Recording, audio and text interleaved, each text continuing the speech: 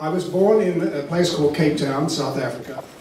And I was very fortunate. I had a great musical education. My parents insisted on me learning the piano, which I was gravitating towards when I was a little pitcher. And I studied classical music from about the age of 3 or 4, right up until the time I left high school. And I got into all kinds of music. I was very lucky, actually, that around about 14 or 15 years old, I got into jazz. And much to my father's chagrin, actually, he was really pissed off about the whole thing. Because he figured, all right, if he said to me, and he's very South African. Anybody know any South Africans here? Yeah, okay. And he's very South African, and he said, okay, Edwin, if you go into those clubs and you smoke all that dagga, of course, is grass, or grass, as we call it, or weed.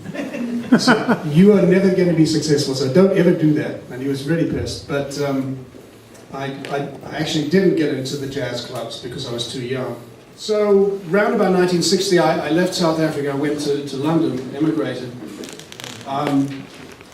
And being in London, if you can imagine, in 1960, 61, right literally at the beginning of what was to become, I think, the finest era of rock music, in 61, 62, just starting to happen.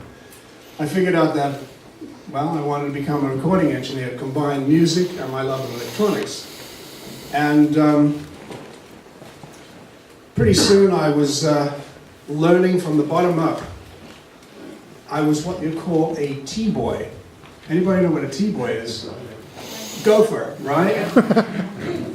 Dog's body. Because there were no schools like Conservatory of the Bloody Arts in Bleeding, wherever it is. Tempe, bloody Arizona, yeah, nice place there, isn't it? But anyway, no schools. And you had to learn from observing and being kicked in the butt, which happened quite often. But that British rock scene that was just beginning was amazing. It was really cool because you got to hear everybody from the Kinks to Petula Clark. I mean, it was just amazing. I was at a studio called Pi, P-Y-E, and after that, I had my own studio. And then after that, I figured out, well, having my own studio was really quite a challenge because I wasn't very good at it in the beginning, and I needed some really good engineers to teach me more. And I went to a studio called Olympic Sound, and that's where it really started to happen for me. Olympic Sound was an independent studio in the sense that it wasn't controlled by any of the record companies. All the record companies like EMI, Abbey Road, Decca, Philips, Pi, all the record companies had their own studios, which their artists were forced to use. But there were a growing number of independent studios, and Olympic being one of them. So Olympic, being the sort of maverick independent studio, had some very, very cool ideas about how consoles should be built. And in fact, as you saw, the photographs rolling around, there was a nice picture of Olympic and me at the board. That was 1967. The Studio A console was a Helios console. And in fact, it's a very true story that Rupert Neve stole his new console design from that console, from Dick Sweatman. But that's another story which we don't have time for tonight. But Olympic became very, very rapidly the sort of place that artists were attracted to because it wasn't controlled by the major studios. So very soon we had Jimi Hendrix, who I was introduced to one day, and I think I do have time tonight to quickly tell that story. The studio manager was this very lovely lady who was very prim and proper, and she wore the most immaculate skirts and immaculate blouse, and she was always perfectly dressed, and she spoke with a very lovely English. She said, "Oh, Eddie, there's this American chappie with the big hair, and you do all that weird shit anyway, so why don't you record him?"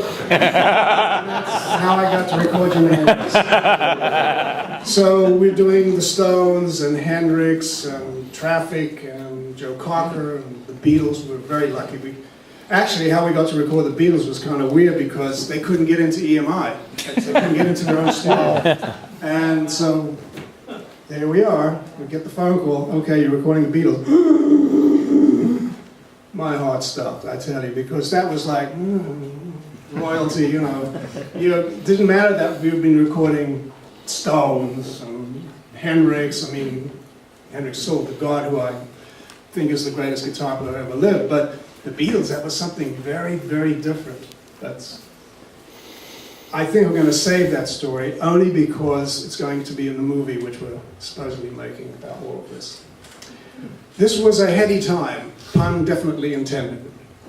Working with Jimmy on our experience, Axis, and then I was asked by the record plant in New York City to come to New York because Jimmy was immigrating back to New York, so to speak, because he had established himself here in America.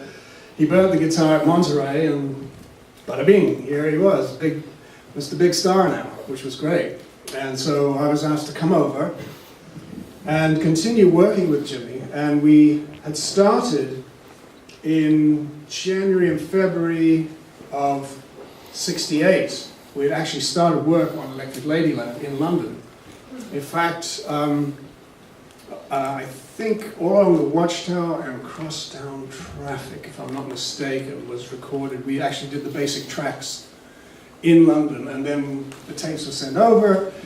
Excuse me, Jimmy came over to the States, and those 4 tracks were transferred to 12-track 1-inch, and from there it went to 16, so it went through quite a few stages. I was working with Jimmy at the record plant on Electric Ladyland, which was a challenge because it was just the 2 of us. He had a falling out with his producer,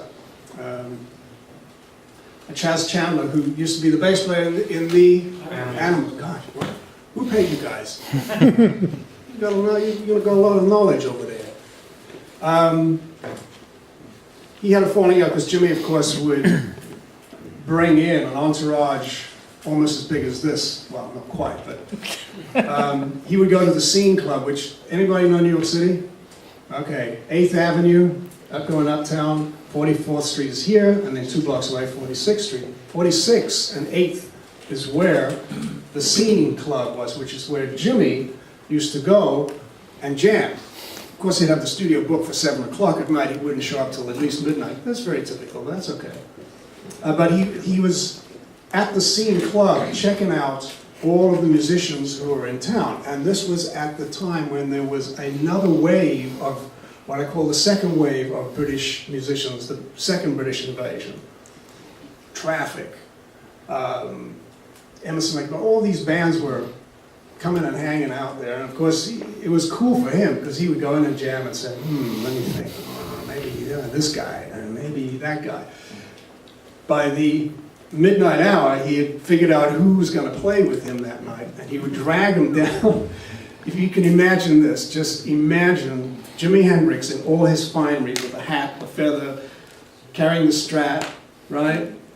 Walking down 8th Avenue and like 20 people behind him, stopping traffic. It's great. And then he would come in, we would have everything ready, amps would be everything ready, everything mic'd up, headphones tested. We had nothing else to do, right? He would come in, plug in, rehearse the song once, 1 take, maybe 2 takes, and that would be it. And that is how Voodoo Child was recorded, with Steve Winwood on organ, etc. He thought ahead. It was very cool. So I went on to record a bunch of bands, I guess, in '69. Anybody hear of a band called Lead something? Yeah, I did then. And then there was this festival upstate New York, which I was asked to do, because Jimmy was headlining, and it was called Woodstock. 3 days of drugs and hell, man. Tell you, man. It was weird, but it was cool. After that, I built Electric Lady Studios for Jimmy, which I ran until about 1974. And then I became an independent producer engineer, and gosh, I've worked in this business for about 40, some kind of years like that. It's a long time, and I'm still standing. Good grief.